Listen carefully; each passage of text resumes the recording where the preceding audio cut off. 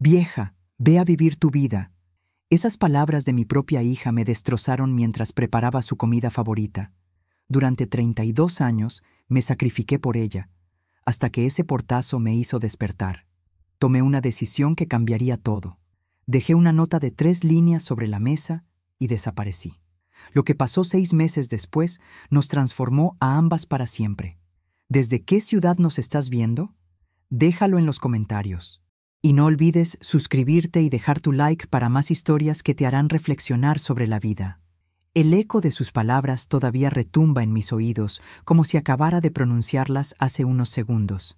Aunque ya han pasado 6 meses desde aquel día que dividió mi vida en 2 mitades completamente diferentes.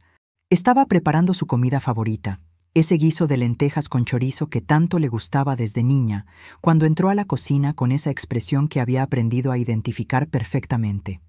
La mirada fría, los labios apretados, el ceño fruncido que anunciaba tormenta. Vieja, ve a vivir tu vida. Las palabras salieron de su boca como cuchillos afilados, cada sílaba cargada de un desprecio que nunca imaginé que mi propia hija pudiera sentir por mí. Me quedé paralizada frente a la estufa, la cuchara de madera suspendida en el aire, observando cómo se marchaba dando un portazo que hizo temblar los platos en la alacena. El vapor del guiso me nublaba la vista, o quizás eran las lágrimas que me negaba a derramar frente a ella. Durante 32 años había dedicado cada segundo de mi existencia a esa mujer, sacrificando sueños, amistades y oportunidades para asegurarme de que nunca le faltara nada. Había sido madre soltera desde el momento en que descubrí que estaba embarazada, y su padre desapareció como si nunca hubiera existido. Cada amanecer me levantaba pensando en ella. Cada decisión la tomaba considerando su bienestar. Cada peso que ganaba lo invertía en su educación, su ropa, sus caprichos. Aquella noche me quedé sentada en el sillón de la sala, envuelta en la manta tejida que mi madre me había regalado décadas atrás, mientras las manecillas del reloj avanzaban con una lentitud cruel. Las palabras resonaban una y otra vez. Vieja, ve a vivir tu vida. Como si no hubiera vivido. Como si los últimos 32 años hubieran sido una espera vacía en lugar de una entrega total. ¿En qué momento me había convertido en un estorbo? La decisión llegó con la luz del amanecer, cuando los primeros rayos de sol se colaron por la ventana, iluminando las fotografías que colgaban de las paredes. En cada imagen yo aparecía al fondo, borrosa, como un personaje secundario en la película de otra persona. Miré esas fotos durante horas, tratando de encontrar algún rastro de la mujer que había sido antes de convertirme en madre. Recordé a la joven de 20 años que soñaba con viajar por Europa, que pasaba tardes enteras en su pequeño estudio, pintando paisajes imposibles, que tenía un grupo de amigas con las que reía hasta que le dolía el estómago. ¿Qué había pasado con esa mujer? ¿En qué momento había permitido que se desvaneciera por completo? Tomé una hoja de papel y un bolígrafo con manos que temblaban tanto que apenas podía sostenerlo. Escribí solo 3 líneas. Tienes razón. Voy a vivir mi vida. Cuando estés lista para que seamos madre e hija otra vez, sabes dónde encontrarme. Con amor eterno, mamá. Doblé la nota con cuidado casi ceremonial, como si estuviera plegando una versión completa de mí misma. La dejé sobre la mesa del comedor, junto a las llaves de la casa que había sido mi prisión dorada durante más de 3 décadas. Empaqué una maleta pequeña con lo esencial, ropa cómoda, algunos libros que nunca había tenido tiempo de leer, una fotografía antigua donde aparecía sonriendo en la playa durante un verano lejano. Cerré la puerta principal sintiendo cómo algo se rompía y se reconstruía simultáneamente dentro de mi pecho. Era miedo, sí, pero también una chispa de algo que no experimentaba desde hacía tanto tiempo que casi había olvidado su nombre: libertad. ¿Pero sería capaz de sostener esta decisión cuando la culpa inevitable comenzara a devorarme? El autobús hacia el pueblo costero salía a las 7 de la mañana. Me senté junto a la ventanilla, abrazando mi maleta como si fuera un salvavidas, observando cómo la ciudad se desvanecía lentamente detrás de nosotros. Cada kilómetro que nos alejaba sentía como desprenderme de una capa de piel muerta, revelando algo frágil y nuevo debajo. El trayecto duraba 5 horas. 5 horas durante las cuales mi teléfono permaneció en silencio absoluto. ¿Habría encontrado ya mi nota? ¿Estaría preocupada o simplemente aliviada? La duda me carcomía, pero me obligué a mirar por la ventana, a concentrarme en el paisaje que cambiaba gradualmente de edificios grises a campos verdes salpicados de casas blancas. Una mujer mayor sentada frente a mí me sonrió con calidez. ¿Visita familiar?, preguntó con genuino interés. Negué con la cabeza, sorprendiéndome a mí misma con la honestidad de mi respuesta. Voy a buscarme a mí misma. Ella asintió como si esas palabras tuvieran todo el sentido del mundo. Nunca es tarde, dijo simplemente, y esas 3 palabras se acomodaron en mi pecho como un bálsamo. El pueblo apareció ante mis ojos como una postal descolorida de mi memoria. Las calles empedradas, las casas bajas con balcones llenos de flores, el olor inconfundible a sal y algas marinas que golpeó mi rostro cuando bajé del autobús.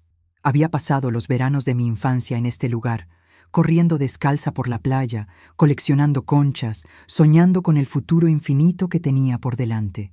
Caminé sin rumbo hasta encontrarme frente a la pensión de doña Rosario. La mujer había sido amiga de mi abuela, y cuando toqué a su puerta, me recibió como si hubiera estado esperándome toda su vida.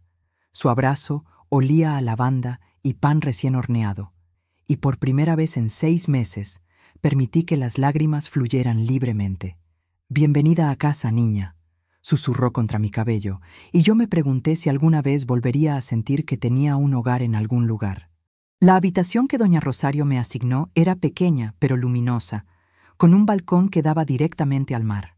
Me pasé la primera tarde entera sentada en ese balcón, observando cómo las olas se estrellaban contra las rocas con una violencia hermosa y constante. El sonido era hipnótico, un ritmo que parecía sincronizarse con los latidos de mi corazón. Mi teléfono seguía en silencio.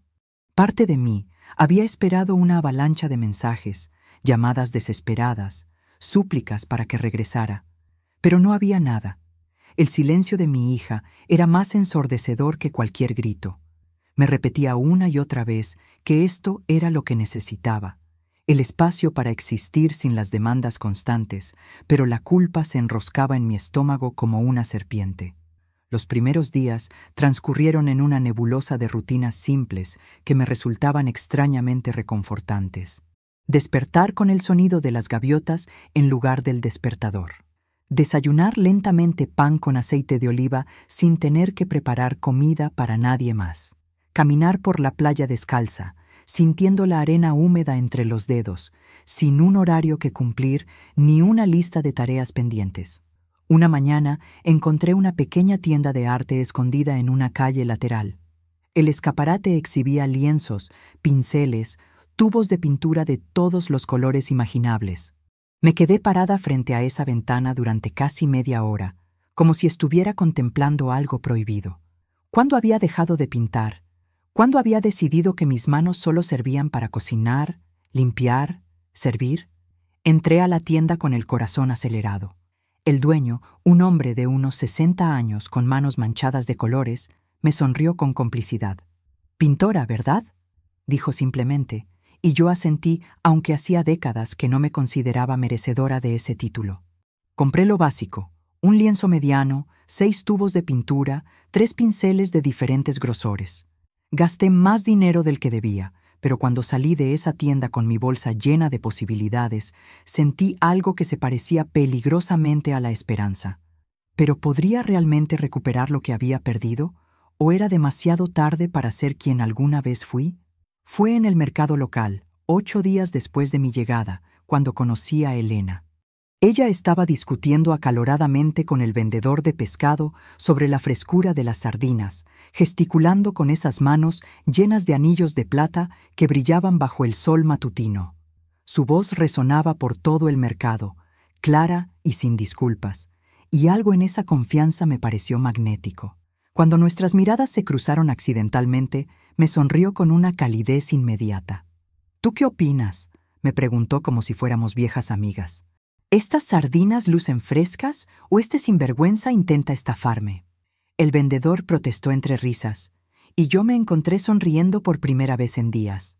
Terminamos comprando pescado juntas, luego café, Luego prolongamos la conversación hasta el almuerzo en un pequeño restaurante con vista al mar. Elena hablaba con una franqueza desarmante sobre su vida, su divorcio a los 50, sus 2 hijos adultos que apenas la llamaban, su decisión de mudarse al pueblo para encontrar lo que quedaba de mí misma debajo de todas las capas de esposa y madre. ¿Y tú?, preguntó finalmente, clavando sus ojos marrones en los míos con una intensidad que no permitía evasivas. Le conté todo. Las palabras salieron como un torrente que había estado conteniendo. Mi hija, el guiso de lentejas, el portazo, la nota que dejé sobre la mesa.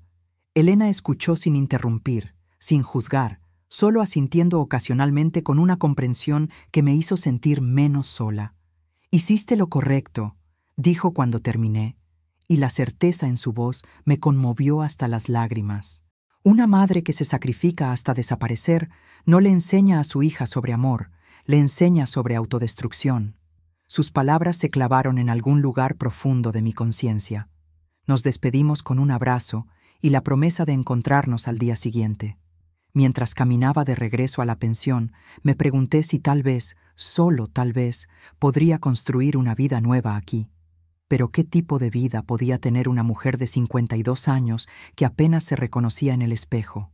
El primer trazo de pincel sobre el lienzo en blanco fue aterrador.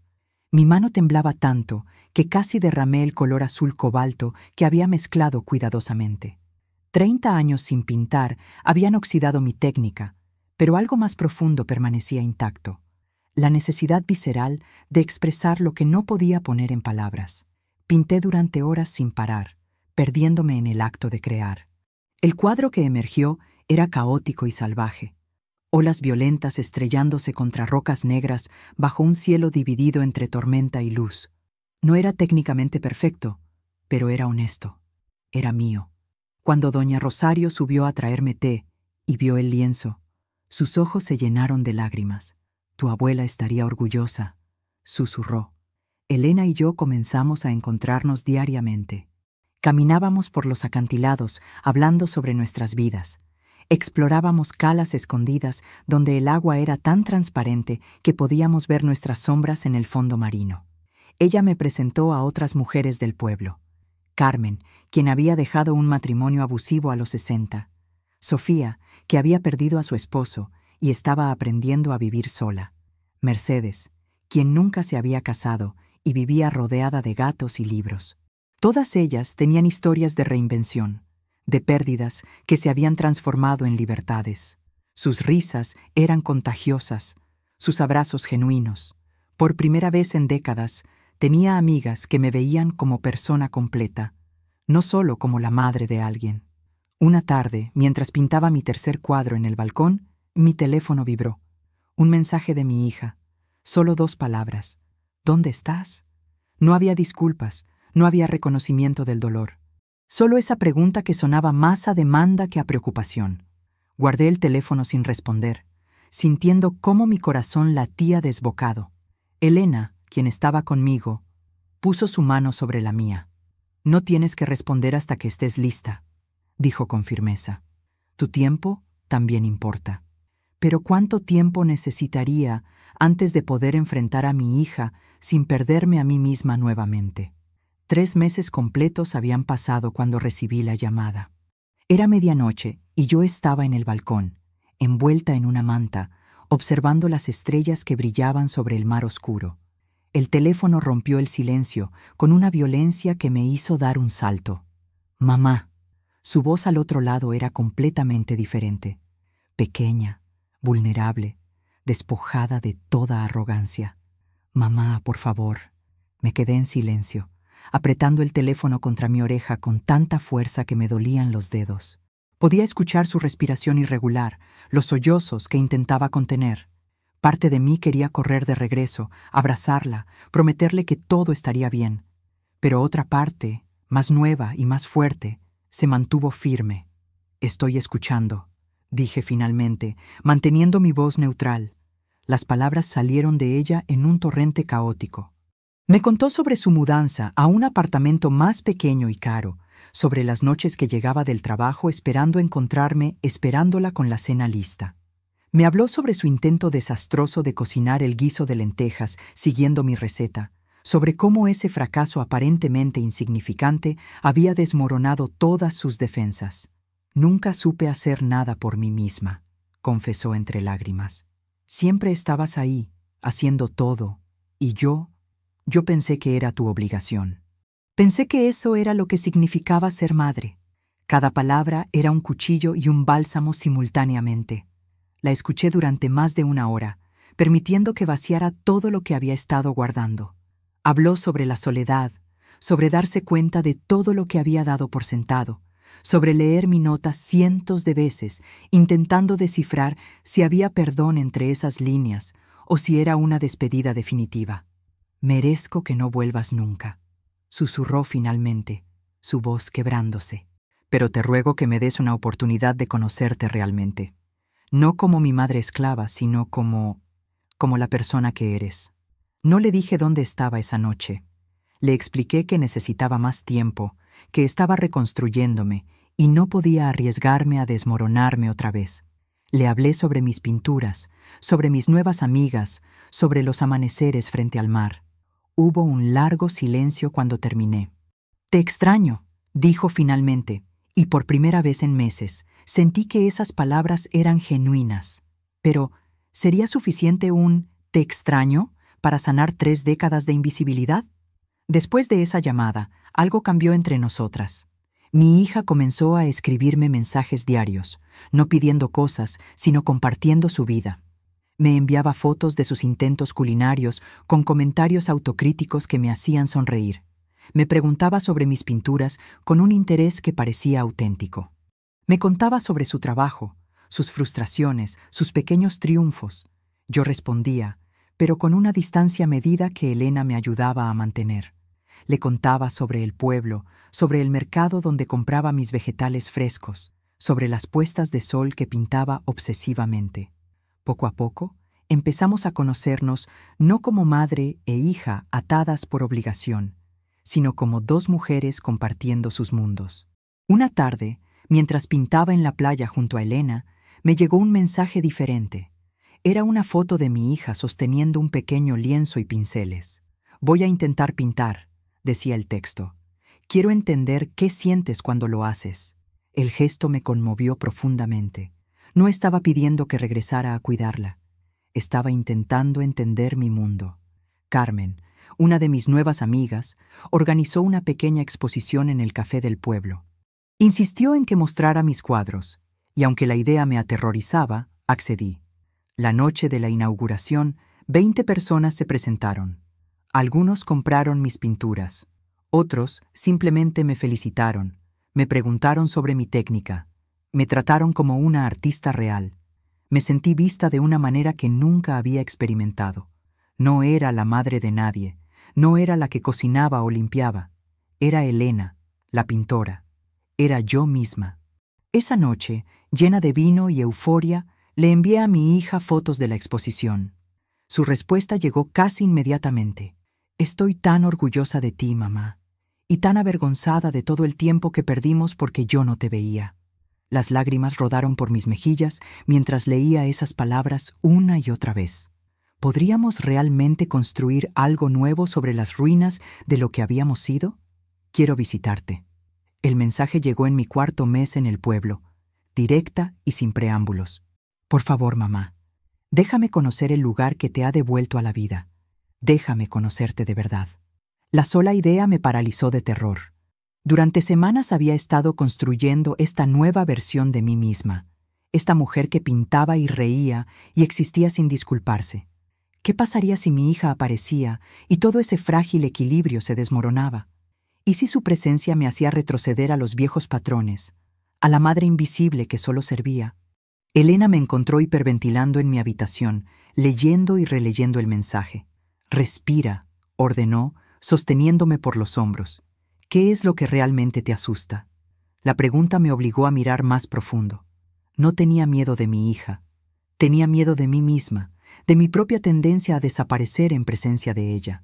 Pasamos días hablando sobre límites, sobre cómo mantener mi recién descubierta identidad sin rechazar completamente a mi hija. Mercedes sugirió que estableciera reglas claras antes de que viniera. ¿Cuánto tiempo se quedaría? ¿Dónde se hospedaría? ¿Qué actividades compartiríamos? Tu espacio es sagrado ahora, recordó. No dejes que nadie lo invada, ni siquiera ella. Finalmente respondí. Puedes venir por 5 días. Te quedarás en la habitación contigua a la mía en la pensión. Haremos cosas juntas, pero también tendré mis espacios solo para mí. Si aceptas estas condiciones, eres bienvenida. Su respuesta fue inmediata. Acepto todo. Gracias por darme esta oportunidad. Pasé las siguientes semanas en un estado de ansiedad anticipatoria. Limpié obsesivamente mi habitación. Elegí cuidadosamente qué cuadros dejar a la vista. Practiqué mentalmente conversaciones y límites. Elena me acompañó a comprar ingredientes para preparar una comida especial, sosteniéndome la mano cuando el pánico amenazaba ahogarme. La noche antes de su llegada apenas pude dormir.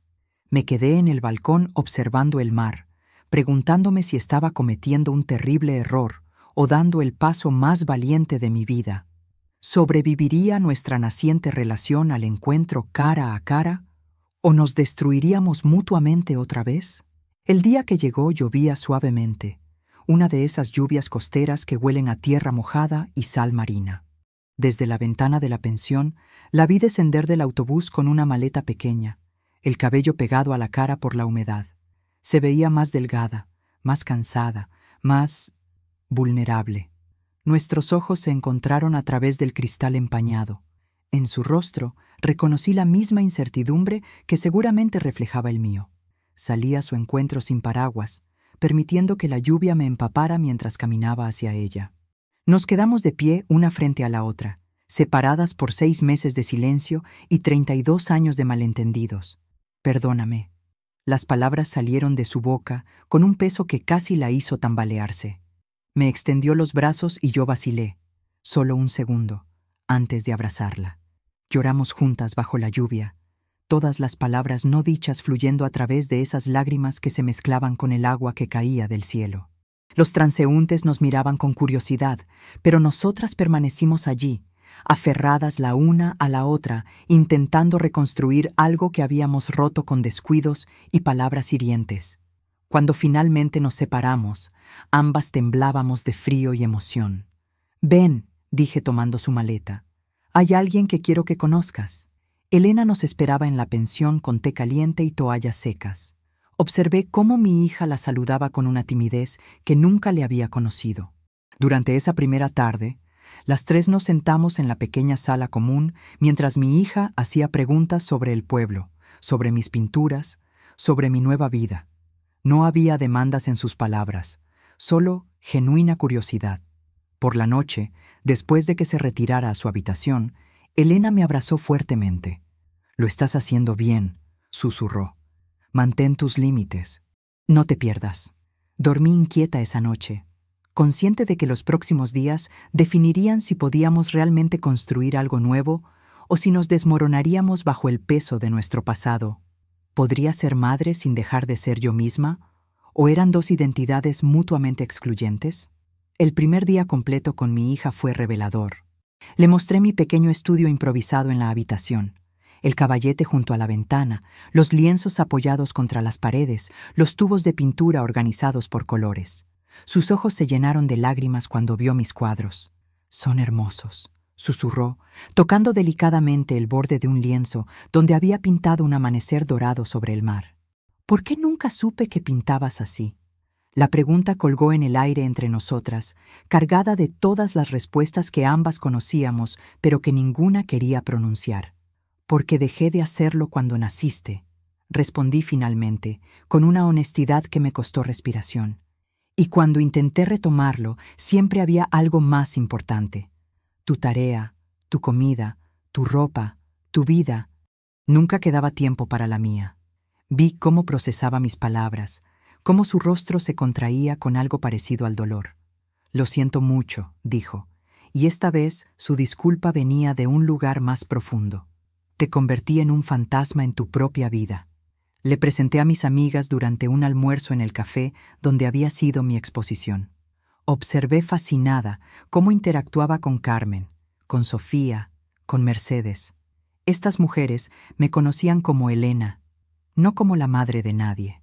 Hablaban de mis pinturas, de mis opiniones sobre libros, de mis planes de hacer una serie sobre tormentas marinas. Mi hija escuchaba en silencio, descubriendo a una persona que nunca había conocido. Por la tarde caminamos por los acantilados, el viento revolviendo nuestro cabello. De repente se detuvo, y me miró con una intensidad que me hizo contener el aliento. «Entiendo por qué te fuiste», dijo, «y entiendo que necesitabas hacerlo. No fue abandono, fue supervivencia». Le conté entonces sobre la mujer que había sido antes de ella, sobre los sueños abandonados, las versiones de mí misma que dejé morir para que ella pudiera vivir. No lo dije con resentimiento, sino con la honestidad cruda que nuestra relación necesitaba. Amarla no significaba desaparecer, concluí, pero aprendí demasiado tarde esa lección. «Quiero conocer a esa mujer», respondió, señalando hacia el mar, «a la que pintaba y soñaba. Quiero que seas ella conmigo». Esas palabras se alojaron en mi corazón como una promesa frágil y preciosa. El cuarto día de su visita, mi hija sugirió que pintáramos juntas. Instalamos 2 lienzos lado a lado en la playa, cerca de las rocas donde solía sentarme a capturar atardeceres. Le enseñé lo básico: cómo mezclar colores, cómo sostener el pincel, cómo permitir que la emoción guiara la mano más que la técnica. Pintamos en silencio durante horas, cada una absorbida en su propia creación. Ocasionalmente nos mirábamos y sonreíamos, compartiendo algo que iba más allá de las palabras. Cuando ambas decidimos que habíamos terminado, dimos un paso atrás para observar los resultados. Ella había pintado una casa con 2 figuras, una dentro mirando hacia afuera y otra afuera mirando hacia adentro, ambas con las manos presionadas contra lados opuestos de la misma ventana. «Éramos esto», explicó con voz temblorosa, «separadas por algo transparente pero impenetrable. Yo adentro, exigiéndote que entraras, tú afuera, invisible para mí». Mi cuadro mostraba 2 pájaros volando en direcciones diferentes, pero unidos por un hilo dorado invisible que brillaba bajo la luz del sol. «Y ahora somos esto», dije, tocando el lienzo. «Libres para volar en nuestras propias direcciones, pero conectadas por algo más fuerte que la proximidad física». Nos abrazamos entonces, no como madre e hija obligadas por la sangre, sino como 2 mujeres que habían elegido activamente reconstruir su vínculo sobre bases más sólidas. Elena, quien había estado observando desde la distancia, se acercó con lágrimas en los ojos. «Esto», dijo, «es lo que significa el amor verdadero. No la fusión, sino la conexión consciente». Esa noche, en su última cena en el pueblo, cocinamos juntas por primera vez como iguales. Ella cortaba vegetales mientras yo preparaba el guiso de lentejas, ambas moviéndonos en sincronía sin las antiguas dinámicas de servicio y demanda. Cuando nos sentamos a comer, brindamos con vino local. «Por las segundas oportunidades», dijo ella. «Por las mujeres que se atreven a exigir su propia vida», agregué yo. Pero cuando llegó el momento de su partida, el miedo volvió a trepar por mi garganta. ¿Mantendríamos esto o volveríamos a caer en los viejos patrones apenas nos separáramos? La mañana de su partida, mi hija me pidió que camináramos una última vez por la playa. El sol apenas comenzaba a asomar sobre el horizonte, tiñendo el cielo de rosas y dorados imposibles. Caminamos en silencio durante largo rato, solo el sonido de las olas acompañándonos. Se detuvo abruptamente y me tomó de las manos. «Necesito decirte algo», comenzó, su voz temblando. «Algo que me he dado cuenta durante estos días y que me aterroriza confesarte». Mi corazón comenzó a latir con fuerza. ¿Qué podía ser tan terrible que necesitara este preámbulo? Durante todos estos años, yo sabía. Las lágrimas comenzaron a rodar por sus mejillas. Sabía que te estaba borrando. Sabía que eras infeliz. Te veía cada día un poco más pequeña, un poco más gris, un poco más invisible. Y no hice nada para detenerlo porque me convenía. Sus palabras me golpearon como una ola gigante. Intenté soltarme, pero ella apretó mis manos con más fuerza. «Déjame terminar, por favor», suplicó. «Necesitas saber la verdad completa. Cuando era adolescente, una profesora me preguntó por qué nunca hablaba de ti como persona. ¿Por qué solo te mencionaba como mi madre, como si no tuvieras nombre propio? Me hizo consciente de que te trataba como un electrodoméstico, como algo que existía solo para mi servicio. Y en lugar de cambiar, simplemente seguía haciéndolo porque era más fácil. Mi respiración se había vuelto irregular. Parte de mí quería gritar, correr, rechazar esta confesión. Pero otra parte, más sabia, reconocía que necesitaba escuchar esta verdad. Ese día en la cocina, cuando te grité que fueras a vivir tu vida, su voz se quebró completamente. No fue un estallido espontáneo de rabia. Había llegado del trabajo furiosa por algo que no tenía nada que ver contigo, y vi tu espalda frente a la estufa, preparándome mi comida favorita sin que yo te lo hubiera pedido, y sentí resentimiento. ¿Cómo te atrevías a seguir siendo tan perfectamente servicial cuando yo me sentía miserable? Quise herirte, admitió finalmente. En ese momento, conscientemente, quise hacerte sentir tan pequeña e insignificante como yo me sentía. Y lo logré. Vi cómo mis palabras te destrozaban, vi cómo la cuchara te temblaba en la mano y sentí satisfacción. El silencio que siguió fue absoluto. Hasta las olas parecían haberse detenido para presenciar este momento de verdad brutal. Pero cuando encontré tu nota, continuó, sollozando abiertamente ahora, cuando comprendí que realmente te habías ido y que tal vez no volverías nunca, toda esa satisfacción se transformó en horror. Pasé semanas sin poder comer, sin poder dormir, reviviendo cada momento en que te había usado, te había ignorado, te había borrado. Y lo peor es que no podía ni siquiera culpar a la rabia o a la inconsciencia. Sabía exactamente lo que estaba haciendo. Se dejó caer de rodillas en la arena, todavía aferrando mis manos. No merezco tu perdón. No merezco esta segunda oportunidad. Pero necesitabas saber que tu dolor no fue accidental. Fue causado deliberadamente por alguien que te amaba, pero que eligió hacerte daño de todas formas. La miré arrodillada frente a mí, completamente rota y vulnerable, ofreciéndome la verdad más oscura de su corazón. Y en ese momento comprendí algo fundamental. El perdón verdadero no podía existir sin honestidad completa. Todas esas semanas ella había estado cargando esta confesión, sabiendo que podría destruir cualquier posibilidad de reconciliación. La ayudé a levantarse y la abracé mientras lloraba contra mi hombro. Gracias por decirme la verdad, susurré finalmente. Gracias por no mentirme sobre tu arrepentimiento. ¿Puedes perdonarme algún día?, preguntó con voz apenas audible. Ya estoy perdonándote, respondí, sorprendiéndome a mí misma con la verdad de esas palabras, porque al irme, me salvé, y al salvarte a ti de una madre que se borraba voluntariamente, también te salvé a ti. Tu crueldad consciente terminó siendo un regalo involuntario. Permanecimos abrazadas mientras el sol terminaba de elevarse, iluminando un camino de oro sobre el agua oscura. 6 meses después de aquella confesión en la playa, estoy sentada en mi balcón pintando el cuadro número 43 desde que llegué al pueblo. Es un atardecer particularmente espectacular, con nubes que se apilan como montañas rosadas sobre el mar turquesa.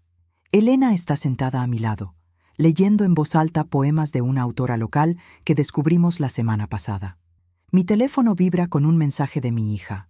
Es una foto de ella en su nuevo apartamento, más pequeño pero lleno de luz, con las paredes decoradas con algunas de mis pinturas que le regalé. Cociné el guiso de lentejas siguiendo tu receta, dice el texto. No quedó perfecto, pero estuvo comestible. Progreso. Sonrío mientras respondo. El progreso es todo lo que necesitamos. Te llamo esta noche. Ya no hay esa urgencia desesperada en nuestras comunicaciones, esa necesidad de estar constantemente disponible. Hablamos 2 o 3 veces por semana, compartimos nuestras vidas, nos apoyamos mutuamente, pero también tenemos espacio para existir independientemente. Ella me visita cada 2 meses, siempre respetando los límites que establecimos. Se queda 5 días, tiene su propia habitación, participamos en actividades juntas, pero también respetamos los tiempos individuales. Durante su última visita, trajo a un hombre que está conociendo, alguien que la mira con respeto y admiración. Me gustó ver cómo ella se permitía ser vulnerable con él, sin desaparecer. Doña Rosario sube con té y galletas caseras, deteniéndose a observar mi pintura. Cada vez pintas con más luz, comenta con su sabiduría de años. Tiene razón. Mis primeros cuadros eran tormentosos, llenos de violencia y caos.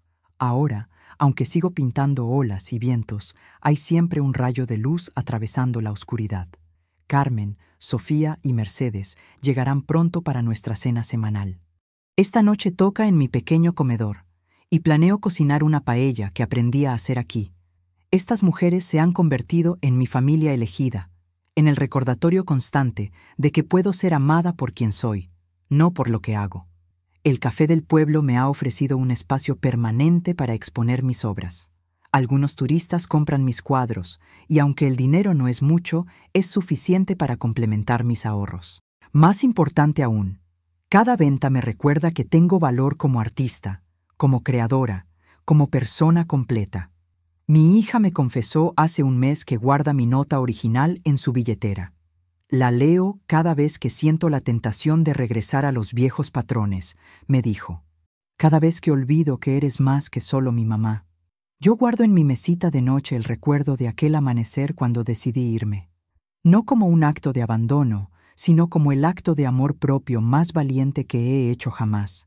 Aquellas 3 líneas escritas con manos temblorosas fueron el catalizador que ambas necesitábamos.